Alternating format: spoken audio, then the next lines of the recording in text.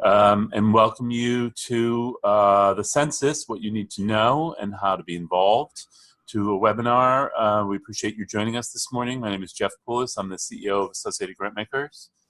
And I'm going to share with you what our agenda is this morning. This is David Moy joining me as well. We're going to go through our agenda, why the census matters, the challenges and design changes, the impact of the census in Massachusetts and hard-to-count communities. We're going to talk about the Massachusetts Census Equity Fund 2020, and we'll have time throughout the program for questions. I'm going to let you know that we have just some of the logistics. We have muted the participants, but we are happy to take your questions. You'll see in the control panel down at the bottom, there's a Q&A box located on the tab. I think it's at the bottom of your screen, not at the top of your screen. And you can type your questions, and the panelists will try to address the questions throughout or during the Q&A period in the middle and at the end. And this webinar is being recorded. We'll send out a link to the recording after. So for those of you that want to share it with people or you want to re-listen, please do take advantage of that. So let's see.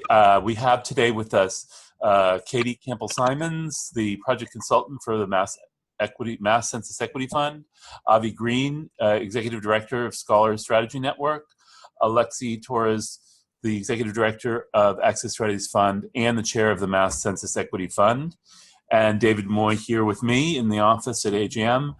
He's Program Officer with Hyams Foundation.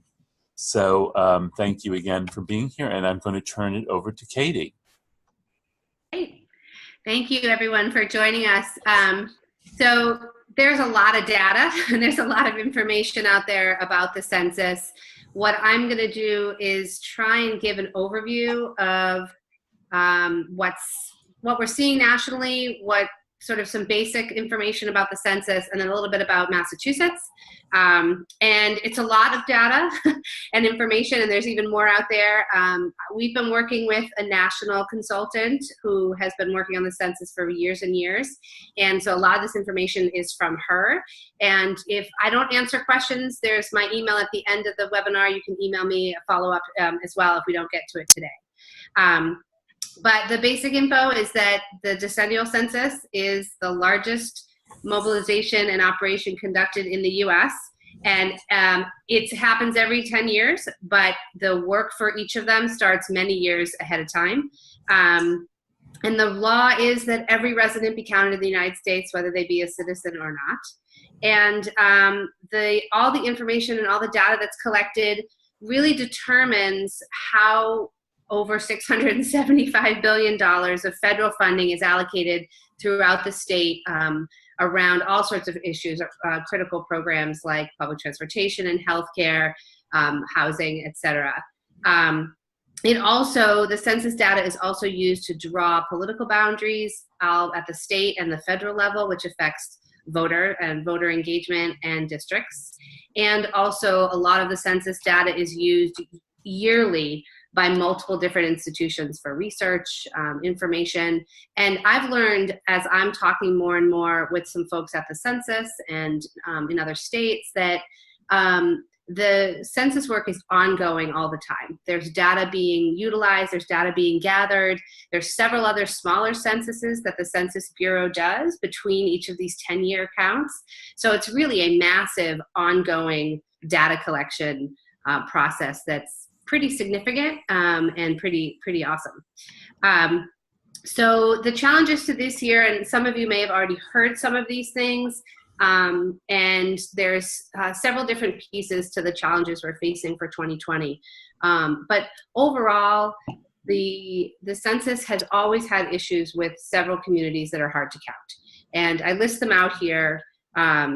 People of color, especially men between 18 to 49 years old, low-income households, no matter where they are, whether they be in urban spots or rural, young children, especially low-income young children between the ages of 0 and 4, folks who are limited in English, new citizens who do not speak English, folks who are not born here in the United States, single family head of households and young adults who are moving around a lot and haven't settled to where they want to live, whether they're traveling or in college or working.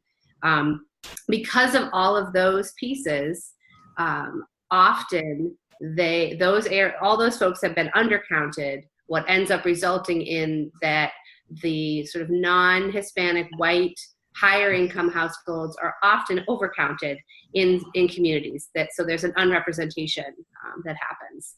And that results in a disproportionate number that can skew research and federal funding and all the pieces that I just mentioned before. So you can switch to the next slide. So for this cycle, for 2020, and again, I'm sure many of you have heard a lot of this information, snippets in articles or emails and maybe even some of the news. There's been a massive underfunding of the census at the federal level. They have originally, the federal budget had capped it literally at a budget less than what they utilized in 2010, which resulted in a lot of the tests that they usually run being canceled. Some of the staffing was way scaled back. So right now, the only on-the-ground test that was run was down in Providence, and that has actually completed, and they're now gathering data and information about that. They actually have learned some things from it already. We're just getting some data and information from that test. But one of the clear needs is more money. And there was a request for fiscal year 19 from the president to increase the budget by $3 billion. It is still not enough. I think with the $3 billion, it is still underneath the budget for 2010.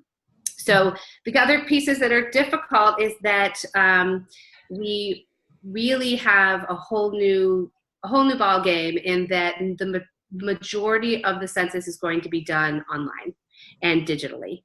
And so in addition to any normal issues you would face with something like that, which is Wi-Fi, training, it's also still underfunded a little bit to look at all the technical problems that can be happening around training people, getting people out there to work on this. Plus, there's the sort of, I think I said it here, real and perceived fears around trusting the internet with data. So in the past, folks would come to your door with a piece of paper. This will be something mailed to you and sent over the internet when you go online. And so there's a lot of concerns about that. And then the other question of just people being a little concerned and fearful of the administration and whether or not their data is going to be safe, whether or not it makes it through the cloud. The other piece, again, which many folks have probably heard about, is the question of citizenship. And right now that is on the census. It is going to be on the census unless it gets removed. The folks that we're talking to at the census are saying that as of right now, they're moving forward that it will be on. There is possibility with some leadership, maybe post the midterm elections, that there may be some advocacy. There are a lot of movements and a lot of grassroots conversations and actions happening and legal that are addressing it. But right now it's still on there, and the folks that we've spoken to at the census are acting as it will continue to be. And then the other piece, again, which folks may be aware of, is that there actually is no leadership at the census. The director stepped down. There are two folks that are co-directing in the interim, but right now they do not have a director. So there's been a little bit of confusion, with the delayed funding and with some of these new pieces around the citizenship question and the digital. It's just caused a little bit of uncertainty at the census federally and even in our regional offices as well. Next slide. So we did this a little bit sort of side by side so you can see what the differences and what the challenges are. So in 2010, as in previous years before that, predominantly the 100% of the census came from field workers, organizers, people out in the community walking door to door, knocking on your door. Things were mailed out. If you didn't mail them out, people came and knocked on your door to ask you for information. And one of the interesting pieces of this is when you got that physical letter in the mail to respond, or a person came to your door, there was a unique ID that was attached to your address and your person. What the concern is with 2020 is the primary response, at least 60% of the census will be done via the internet. And what that means is you'll get a postcard in the mail with your ID on it, and you have to go to the internet, go to a website, and enter in that ID and your information. There's a lot of human error that could happen between that ID and your address and your information. And so there's some concern about, well, what happens when somebody puts in the wrong number, but they do fill it out? Will they be counted? And that hasn't been clarified quite yet. So that's a concern. On top of that concern is the fact that only 30% of folks will be out in the field. So there's a lot of concern about people being not counted, who may have gotten something in the mail, may not have Wi-Fi, may not know where to go to get a computer, and only a small percentage of folks across the country their door will actually be knocked on. It will predominantly be online. And I've been hearing a little bit of some information that even when folks are they are having someone come to their door, there's a challenge with some of the communities that are harder to count. They may not have Wi-Fi in their community, or it just may be a dead zone. And so it'll be hard for that census worker, who probably will have some kind of a tablet. They might not be able to respond, or fill out the information. So that's going to be a challenge. And then also there's been some conversation about using other forms of data and other forms of information to fill in when somebody is a non-responder. And that has been done in the past, but this would be more resources. They would be accessing more information from other resources to utilize this, and that has not been done as much as they're looking at doing this time, because there won't be as many people walking door to door. So next slide. I know there's a lot of information. I see a couple questions, and I'll answer some at the end too. Just want to share all this with you, and I think this will all be available after too, so you can look back at it. So again, some of the design changes are that the budget has caused the entire Bureau to not hire as many staff and really spread out their resources a lot further. So in 2010, there were 12 regional centers. In 2020, there'll be 6. There were 506 local offices across the country. Now there's 248. The workers and the staff were about 550,000 plus. And this year we have not as half, about a little over a third of the resources to hire field staff. So for Massachusetts, there will be 6 regional offices across the state, the furthest one west being Worcester. And the estimate between 30 to 60 hirings within those offices for staff, which again is about half of what we had in prior years. Next slide. So just to give you a little more context about Massachusetts, so in 2015, for a fiscal year, we received about $16 billion in census-led funding. So that means that data that was collected and organized from the census was utilized to fund specific programs. Our largest program is Medicare, which is $9 billion. SNAP and Section 8 are also significant, not up to 9. I think they're more like 4 or 5.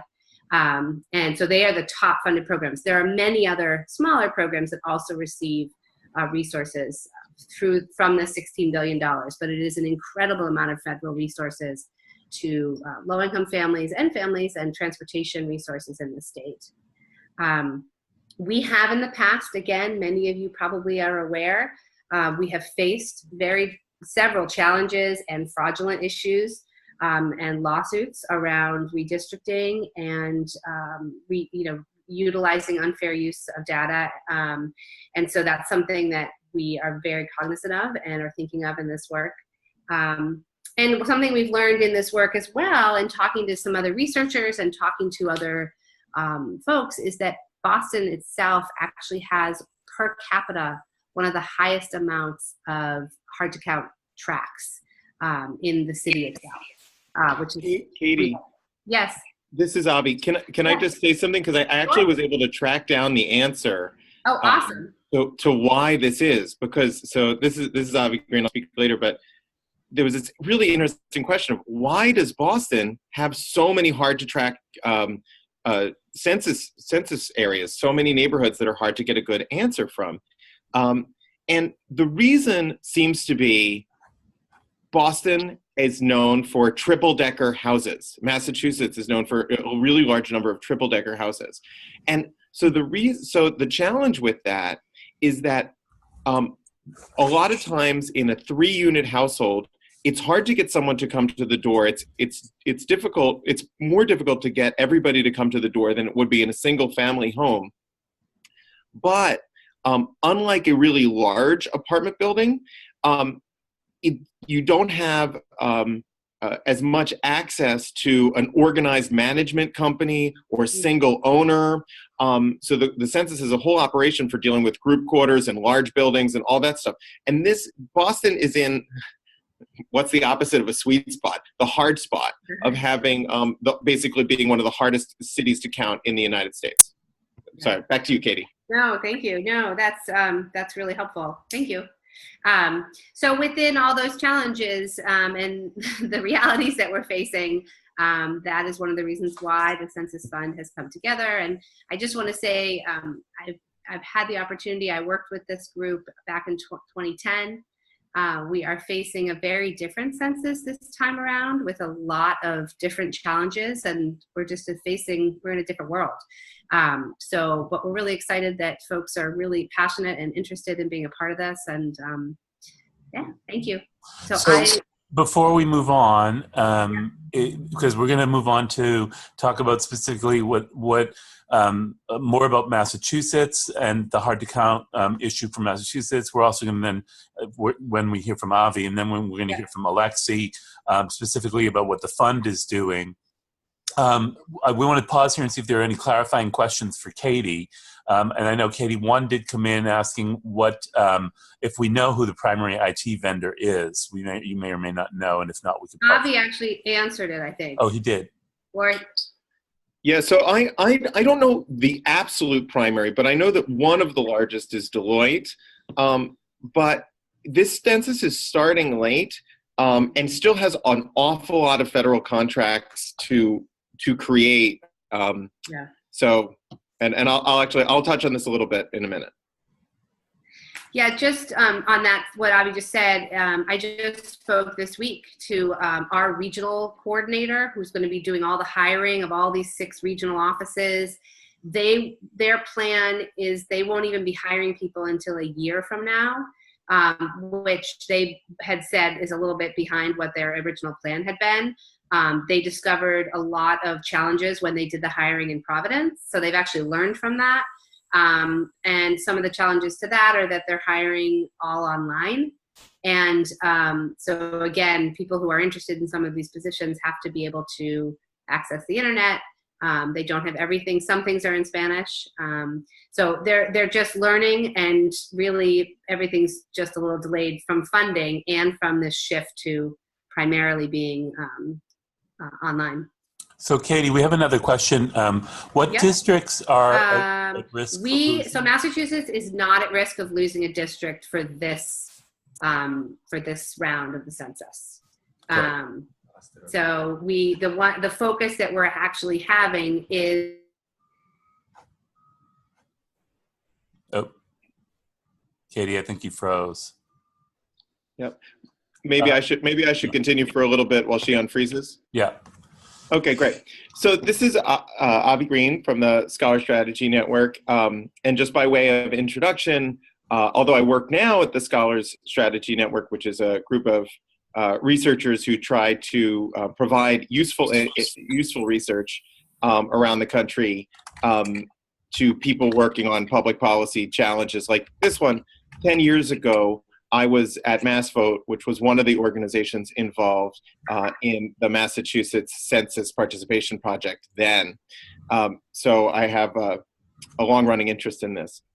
So 16 billion, as Katie said, is a huge number. It's really important, and marginal differences will really matter. If we have 1% of people miss participating, that is tens of millions of dollars. So every additional point of participation that we can get really makes a difference. Can you take us to the next slide, please?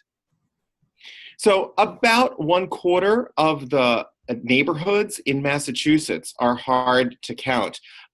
Many of them are hard to count because the community is low income, high turnover, languages spoken other than English, but there are other reasons as well. And you can take me to the next slide, please. But I want to emphasize that we're also in a kind of a whole new world. And so I'm pointing to two researchers who've done plenty of research about how mass incarceration affects participation in everything associated with government. But the reason that I bring up Vashla Weaver and Amy Lerman's work is actually because I believe, and I think there's really good research to show, that the same thing is true in the situation of immigration. So, you have seen, we've all seen the headlines around the country, and however you feel about immigration as a public policy topic, I've personally been quite horrified by some of the stuff that's happened lately. But you can imagine that if you're in an immigrant family, that you might be afraid to write down your name and all this information about yourself and post it online with a government agency, especially because traditional safe areas have become unsafe. And so by that, I mean, in particular, we've heard stories, not just stories, we've heard reputable news reports of folks doing things like going to a courthouse for a officially set up date to speak with ICE about citizenship or about permanent green card status or that sort of thing, and being arrested and potentially deported in these official moments, right? So the census has always had, or at least has had since approximately World War II, official protection in law that says that its information may not be used for anything other than a complete and accurate count and for giving out federal funds and that sort of thing. It can't be used for things like policing or immigration enforcement. That said, there's currently at the national level litigation in the offing to ensure that continues, but also even if that remains true, and we certainly hope that it will, the fear is quite legitimate, and it's a totally different kettle of fish than we were in 2010. And for us, it's sort of no matter where you stand on the political spectrum, I think that this census provides us an opportunity for us to say that every resident of our communities is a human being who deserves to be counted as who they are, as a child, as a mom, as a person. That's what a complete count is all about. And this is an opportunity for people to get involved in that level. Let's go to the next slide. So looking back at 2010, there were 30 funded organizations. Most of them were grassroots community groups, but some of them were service providers.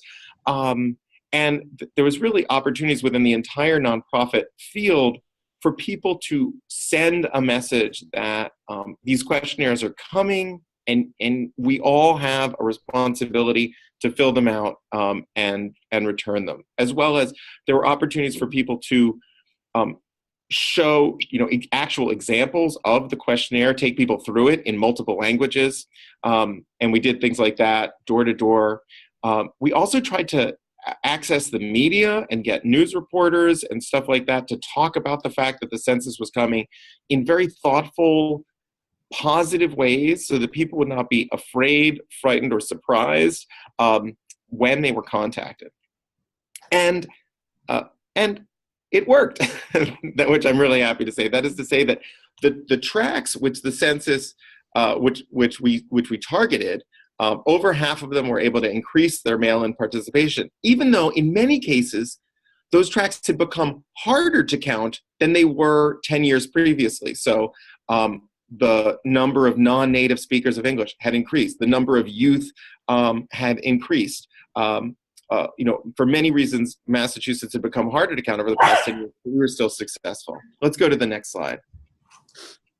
So there's a tool online that I really encourage you to check out. And here's a snapshot from it. I'll take you to the link in 2 slides. But you can see communities across our state that are particularly hard to count. So you, from left to right, you've got Springfield, Chicopee, Amherst, Southbridge, Worcester, Marlborough, Framingham, Fitchburg. I never say Leominster correctly, so I'll just admit that. After 21 years of living in Massachusetts, I'm still not there. Lowell, Lawrence, Boston, Weymouth, Brockton, Taunton, Fall River, New Bedford. There's some places on the Cape. So hard to count communities are all across our state. And that means that whether you have a regional focus or a statewide focus, or even a New England focus, there's plenty of turf to go around. And we can jump to the next slide. So this is something else you can find on this website that I'm going to direct you to in a minute. So welcome to Dorchester. I've dropped my little pin on Blue Hill Avenue, and you can drill down to one neighborhood and see why. Is it hard to count? How hard to count is it, and why? So the redder, the more difficult the turf is to count. So this is a very hard to count community, in part because it's very low income and high levels of speakers other than English. 27% Hispanic, 78% Black, including dual race or dual Black Hispanic reporters. And this, I would just encourage you to jump through this map and look at any neighborhood you want. So take us to the next slide, please. So here's the link. We'll also send it out last after this talk to anybody who wants it. But it's Census Hard to Count Maps 2020. I should say, of course, this data is calculated based on both the last census and the American Community Survey that happens in between censuses. It's not perfect, and there's even the areas that are easy to count. There's no insurance that even in a relatively easy to count community that you're going to get a perfect and complete count. A perfect and complete count is sort of a hypothetical thing that we can all seek to achieve. So I'm going to close my remarks by mentioning one other image that I want you to think about, and to think about how critical this is. Does anybody remember the rollout of healthcare.gov? So there's a few groans out there. So that was the healthcare. That was when the previous administration went online to make it, create a national portal for people to be able to get their health insurance. Now, luckily, it's a slightly easier technical task, but again, we're going to get just a few months of a first-time shot at a new national system going online. And we need for people to successfully access that system, which requires thoughtful being in touch with the federal government between now and then to urge them and help educate them about the importance of executing this correctly. It's not actually about changing laws, it's just about the execution of current law, and helping them do that with expertise and support. But then it'll also be about supporting hundreds of thousands of people here in our state and millions of people across the United States who might have trouble filling this form out to get it done. So this is a really big challenge, and I'm really glad to be in it with this group. Thanks. Thank you so much, Avi. We really appreciate you taking part as well. And Alexie, you're muted. You may want to unmute. There you go. Unmute yourself. And we're going to move on to Alexie now. So, and thank you again. We will have time after Alexie speaks to ask questions of all of the panelists. So Avi's not going anywhere. So thanks. Over to you, Alexie. Great. Thank you. So thanks everyone again for being with us and for your interest in this just amazingly important issue. I want to talk a little bit about, just underscore what's at stake here, but then also talk a little bit about the good news or the potential good news with respect to what we have the power to do here at in the state of Massachusetts and what we've been organizing to do. So just again, to underscore, we're at risk of losing billions of federal resources for really important programs, Medicaid, child nutrition, things that many of you in the philanthropic world care about and fund. And this is just some, right? So the census impacts funding for the arts, funding for education, funding for healthcare and housing. So if any of those things are part of your dockets, part of your areas of interest and priority within your philanthropy, the census matters. We're, really at risk of severely undercounting marginalized populations. And I know that here in the state of Massachusetts, we care about things like disenfranchised. We care about a reflective democracy and real representation. This data matters, and it matters to our communities. And it matters to folks like Avi and those of us in the universities here in the state doing research. So I want to underscore how it matters and how important it is. Next slide.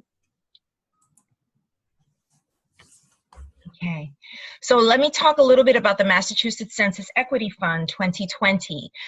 This is our second time in the state of Massachusetts. There was a Massachusetts Census Equity Fund founded in 2010, and we're so lucky that folks like Avi and Katie were a part of that initiative 10 years ago and bring just tremendous wealth of experience and knowledge. But the Massachusetts Census Equity Fund, we came together last August for the first time, and I want to underscore how important that is. It is 2018, we came together in 2017, and that was not a moment too soon with respect to preparing ourselves as a state for this really important moment. And, we talk a lot, we're seeing so much these days about our very fragile democracy. And I just want to say that, the work that we do to support that democracy, whether in supporting civic engagement or any of the issues that you support, is important. But we as philanthropy also are super important. We need to develop we need to really work together here and develop partnerships to ensure that we reach and target these hard to count communities with education and with resources. We want to make sure that we as philanthropy are speaking out with respect to issues that require our advocacy and require us to have a voice and not just necessarily wait for folks within our grantee dockets to do that, right? So that means that we have an opportunity as a collaborative to also speak and meet with our state representatives at various cities. We have an opportunity through this fund to speak to the media, to ethnic media, to make sure that we're getting the message out. One, that philanthropy cares, and that Massachusetts will count and must be counted, right? That no one, despite what anyone feels about their value or importance in our society, should not be counted. And so as a Massachusetts Census Equity Fund, we set an initial goal working with partners like Associated Grantmakers, the Hyams Foundation, Episcopal City Mission, and the Miller Fund, along with Access Strategies, initially a goal of $1 million, our stake in the ground, to say this is what philanthropy will put up to be able to support existing efforts and new efforts on the ground to get the count out. We are thrilled to announce that within a few months of announcing that, philanthropy really stood and said we're going to be counted in this, and so far has put up $1.75 million for this effort. So we're thrilled about that. We've set a new and goal that will enable us to do more grant making across the state, particularly in important regions, and be able to reach out to media and be able to reach communities and areas that some of us don't necessarily traditionally connect to. For instance, our libraries, our houses of worship, places where people feel safe and where we can get the message and get them support in order to complete the census. So our new goal is $1.25 million, $1.25 million, and we're hoping that you will join us in helping to reach that goal. With sufficient resources, we're going to continue to work to organize a broad coalition, and we believe that we're going to have a significant impact that's going to help carry our Commonwealth into the future and be a model across the country, as we already are for other states and philanthropy across the country, to just indicate that while not maybe, feels wonky and not too sexy, is a critically important issue to our democracy. So let me see, that's the question. Now we're into questions, but I just want to echo what Alexie was saying and note that that although we are excited about the reaching our goal and we've set a new goal, we do see some gaps in the funding area, and in particular, the vast majority of the support has come from the Boston area funders. But as you recall, the map that Avi was showing, there are those red areas north of the city, west of the city, south of the city, and so if there are funders that have a particular interest in those communities, we encourage you to connect with Alexie, who's chairing this initiative, and think about how you might join us as well. And before we turn to questions, I'm going to turn to my colleague sitting here in my office, David Moy, who's with Hyams Foundation, just to see if you have anything you'd like to add. No, I think you guys have covered it all. I mean, I just came from a press conference with regarding the situation with the ban and immigrant communities, and again, it just reiterates and reaffirms the need for us to do this work. That at stake is really our whole democracy. That people need to be included and counted. Right. So we have a question from Michael asking us, just clarify how much is raised and the new goal. So we've raised 1.175 million. The new goal is I believe it's 1.5 million or 1.25. I'm sorry, 1.25 million. And Michael is asking how the grant process works for funders with geographic focus and how that's going to be integrated into the grant making. So Katie, maybe you can take that. Yeah, I just want to say that the goal, if I could just real quick, we actually have 1,075,000. 1,075,000. Good. Yeah. So there's a couple ways we can do it. We in 2010. It was one grant process, and we looked at several different spots in the state and allocated funding that way. But this time we're looking at several different ways of doing it. One, which is we're having one joint process, which we're hoping the plan is the RFP would come out in January, with resources getting really on the ground by April, May of 2019, so a year before.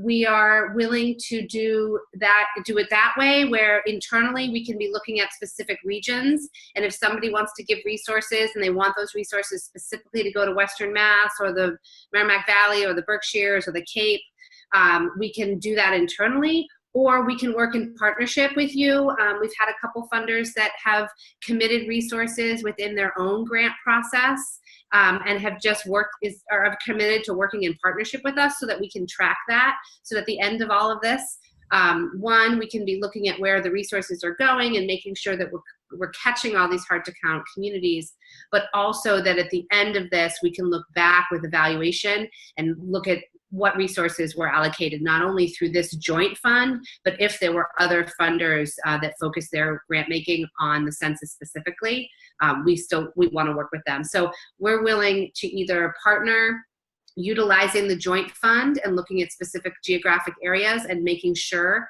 that we're focusing some grant resources in those areas, or just working in partnership with you if you want to allocate resources through your own process.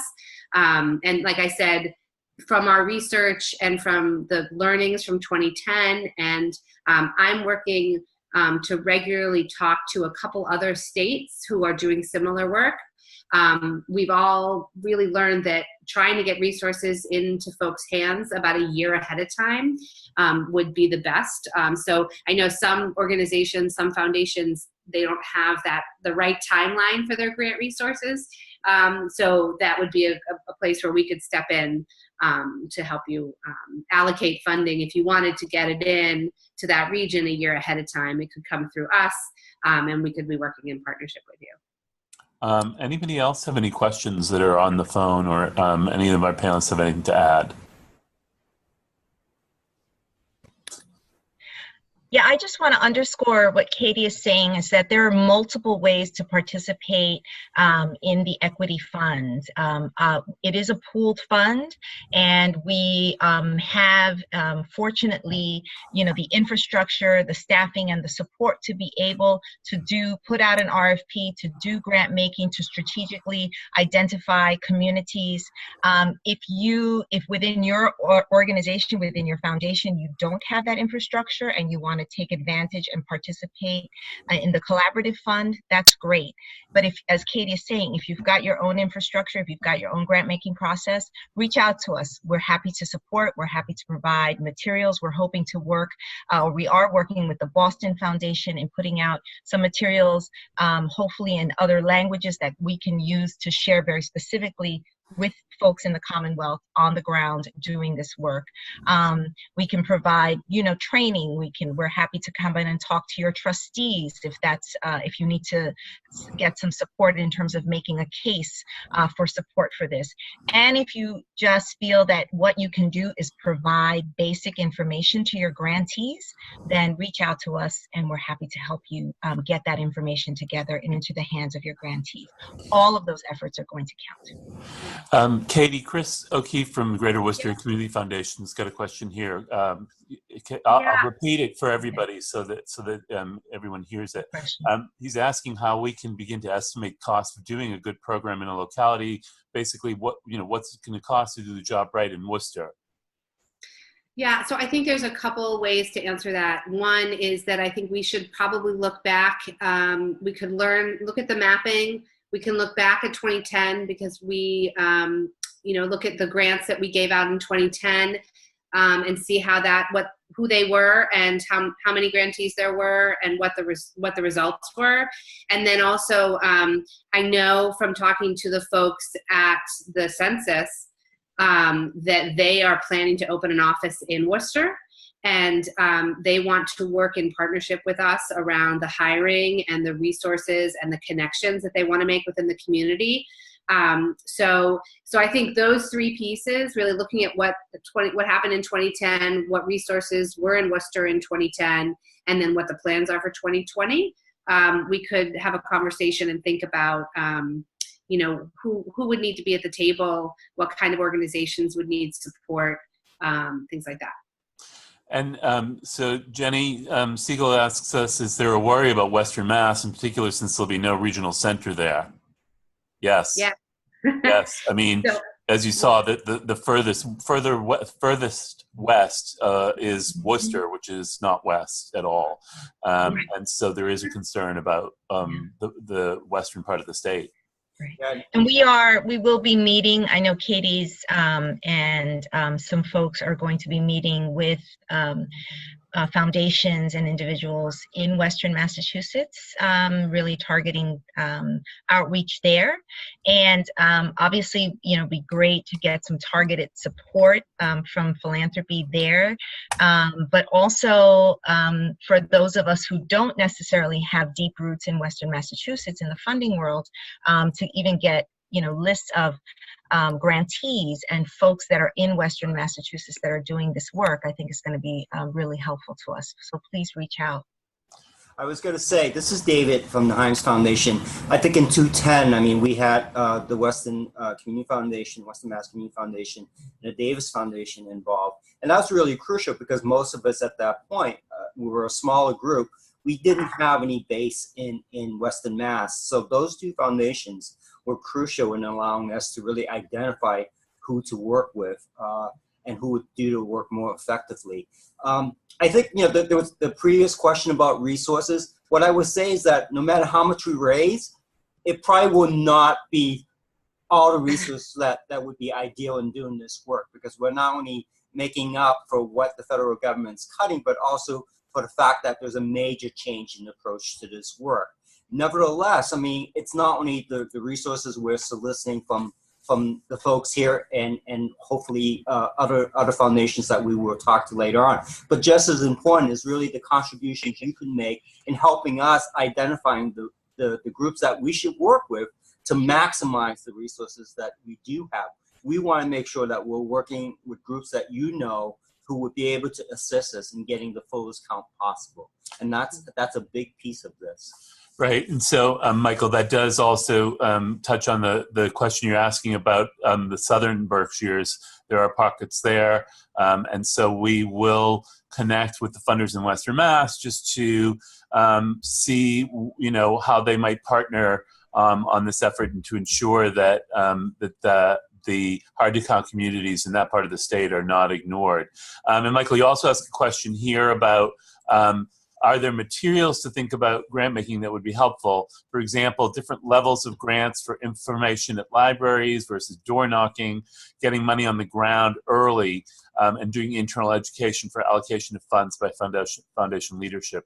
I think the answer is yes. I think Katie would be happy to talk to you and other people at your foundation just to think about a strategy to ensure that the locality is being paid attention to. Resourced well. And so we've got a couple other questions I'll put out to here. Are we working with local community foundations to partake in convening of nonprofit groups in churches, temples, etc.? So, Katie, maybe you want to talk a little bit about the partnerships that we intend to be working with. Yeah, I think what our hope and our vision as a fund is to be as much of a connector and resource as we can be.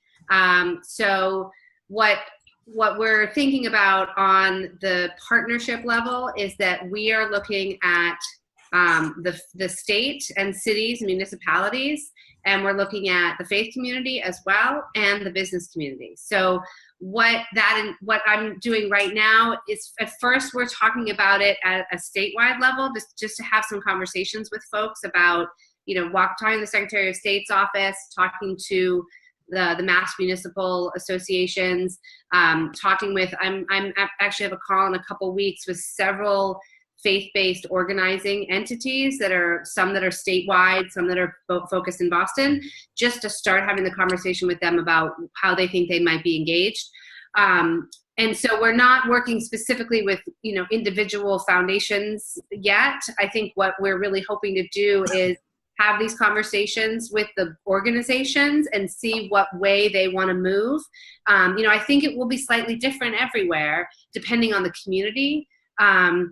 And I see that somebody had also asked about health centers. They are another key piece that, you've got folks coming in to health centers all the time. And so they also need to be at the table. We just had a meeting yesterday, and we were talking about convening a couple different meetings, one of which would be leadership in some of these different areas. So municipalities, health centers, business community, to really make sure that we're all on the same page as much as possible, and that we can find ways to resource some more of this collaboration moving forward.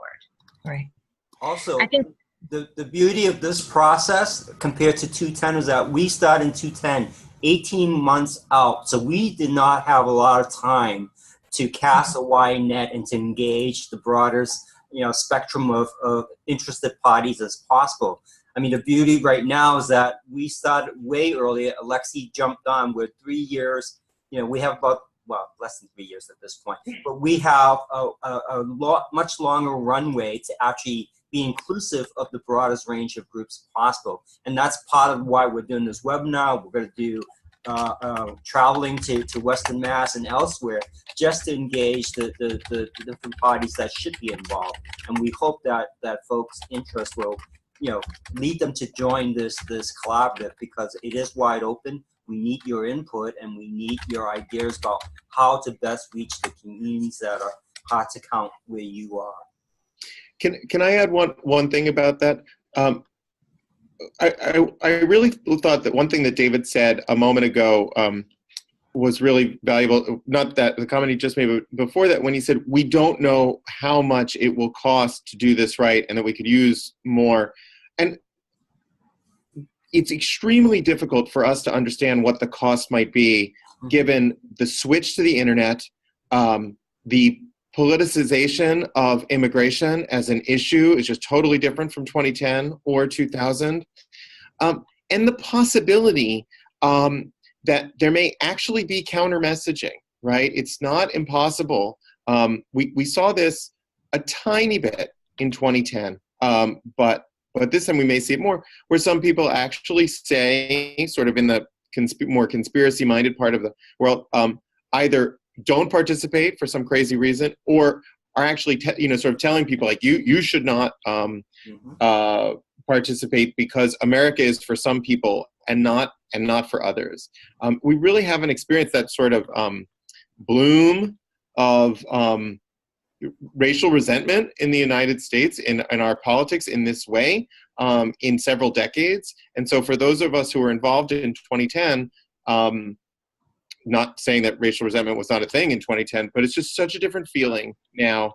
And we just don't know what to expect over the next 2 years, which is sort of all the more reason to be part of a learning community that gets involved early and figures out how to, I should say our goal should be that this census should be the best ever, but we may simply succeed in preventing it from being a calamity. We will have direct impacts in each of our communities because those SNAP funds, they matter for every community organization that cares about hunger and poverty, the same with Medicaid funds. And then no matter what you care about as an organization, it really plays a difference in terms of this is a huge part of the state's budget. And to the extent that they lose money for its most expensive programs, that will put the squeeze on everything else from the arts to education to housing. So it would be great if we could tell you, it's 35 cents per person to get them from unlikely to register, to return this, to return the census, to really likely. But the truth is this happens too infrequently, and we just can't tell you that answer because we don't know. I see that someone who's called in but not part of the login from the webinar has a question to ask, and I'm unfortunately unable to single out people to unmute. So I do apologize for that, and I don't know if there's a way for you to email a question to one of us or text one of us or something, and then we can ask it for you. I do apologize for that. Jeff, I wanted to add one more thing, which we didn't mention, and I just wanted folks to know as well that we're not doing this in a silo. Alexie is working very closely on the national level as well, as is Jeff, and talking to other foundations, talking to the census, also talking to other states. I actually have a call this afternoon with 2 other states, and we're just working together on, what are they hearing in their communities? What are they doing around their grant resourcing? And so we're really listening to what's happening on the federal level. We know, like I mentioned, about the citizenship question, about, even we talked a little bit about partnership and the faith community, and there's also those conversations happening nationally. Alexie co-chairs a funder subgroup that is focused specifically on the census at the national level. So there's a lot of info out there, and but we're really trying to listen so that we can, I think one of the main resources we can be is to share that information and to be able to link our Secretary of State's office, our regional organizations, our community health centers, CAP agencies, to know what's happening and be able to share what we're learning from other folks. And we really want to be that connector too. Great. Any final questions from anybody? Wait, I'm getting something in hot off the press. Alex Russell from West Mass is just commenting that she is putting together a July Western Mass meeting. Katie, I think you're a part of that. It's on July 23rd, I believe. And so if you're not on that list and you're interested in attending that particular meeting, you can either reach out to Alex or reach out to Katie, and her contact info is on the screen here. Alex is also asking, she's saying that funding won't move for a year. What can we do now? And is it all just about education indoors, turnout right now? I think there's a lot of answers to that. A number of things that we can do now. But Katie, maybe you can take this on. Yeah, I mean, I think right now, education and connection is the way to go. That we need to be talking about it. We need to be connecting with the folks in our communities, organizations, libraries, elected officials, and starting the conversation because we want it to be on everyone's radar screen going into 2019. So I think planning ahead as much as we can around what kind of resources we can allocate, and we'll do what we can to share what we're learning from other folks and from the national conversations around, timing. We know in general what the timing is with the census, that all those things will be dropping, in March of 2020. But thinking about, the implications of the citizenship question and what kind of resources are needed this time around because of this shift to online. Who are the groups in our communities that really would be the front door people, the folks at libraries, community centers. I think pulling some of those folks together, having conversations about the census and why it's important. We can share this webinar with some of these facts and figures. We're glad to send you resources. And in some cases we can come out and talk.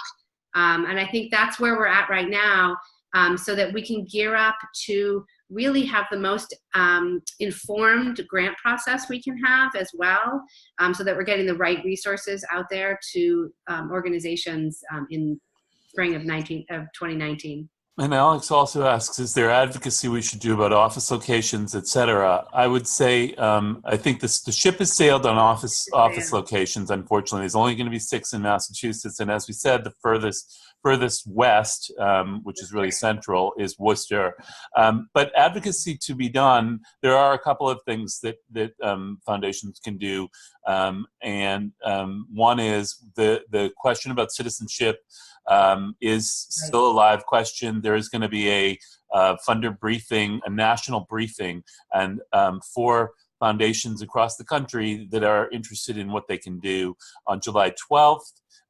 We will have information on our website. We will be sending it out to all the funders that have registered and expressed an interest about the census, but we'll also at AGM be sending it out to all of our contacts, and it'll be posted on our website on our calendar. That's July 12th. Secondly, is making your local representatives for both the Massachusetts state representatives and your representatives in the U.S. Congress aware of your concerns around the census and its funding levels. So ensuring that it is being accurately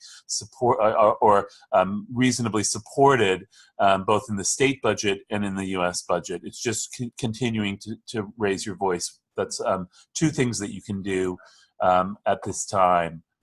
And I think we have another question from Chris O'Keefe in Worcester. Who's organizing the Worcester office? Katie? Yeah, so right now, I mean, it would be, the census office is the office in Worcester. So it'll be the U.S. Census. We are already in conversation with our regional partnership director, who's actually based here in Boston already. I spoke to her last week, and I'm meeting with her in the fall. And our thought is that we're going to try and sit down together and look through these regions. And I'm going to try and connect her to organizations and other folks in those regions that they should be talking to, so that they're looking at who to be partnering with and where they can be hiring staff. You know, just like, for instance, I talked to her about the Merrimack Valley a little bit and said, you know, we have a large Cambodian community in Lowell, one of the largest in the country. You need to get an organizer or a field person that speaks Khmer. And she didn't even know that. So, so things like that we're going to try and help with in each of these regions. I'm also from Western Mass, so I was talking to her about, you know, is there any way to get more resources to the western part of the state? She said that will be in looking at who they hire for the field staff. So they might be able to they will definitely be specifically hiring field staff that will work in certain parts of, whether it's the Berkshires or Springfield or Hampden County. And they'll have to figure that out. And I'm hoping we'll be able to be in conversation with them about that. Great. Another question coming in, 1 second here. I think we should end soon. This has been a success. Well, we do appreciate that comment, and I do think you're right. I think we've covered a lot here. As you can see, Katie's contact information is on the screen. Katie Campbell Simons, project consultant. The email, for those of you that don't see the screen, it says masscensusfund@accessstrategies.org. Katie's contact cell number is 617-331-3261. Again, you can reach out to any one of us. I want to pause and thank David Moy, Avi Green, Alexie Torres Fleming, and Katie Campbell Simons for their leadership on this and today's webinar. Again, reach out to any of us. We hope you will join us in this effort, and thank you for your participation today. Bye, everyone. Thank you. Take care. Thank you. Bye. Excellent. And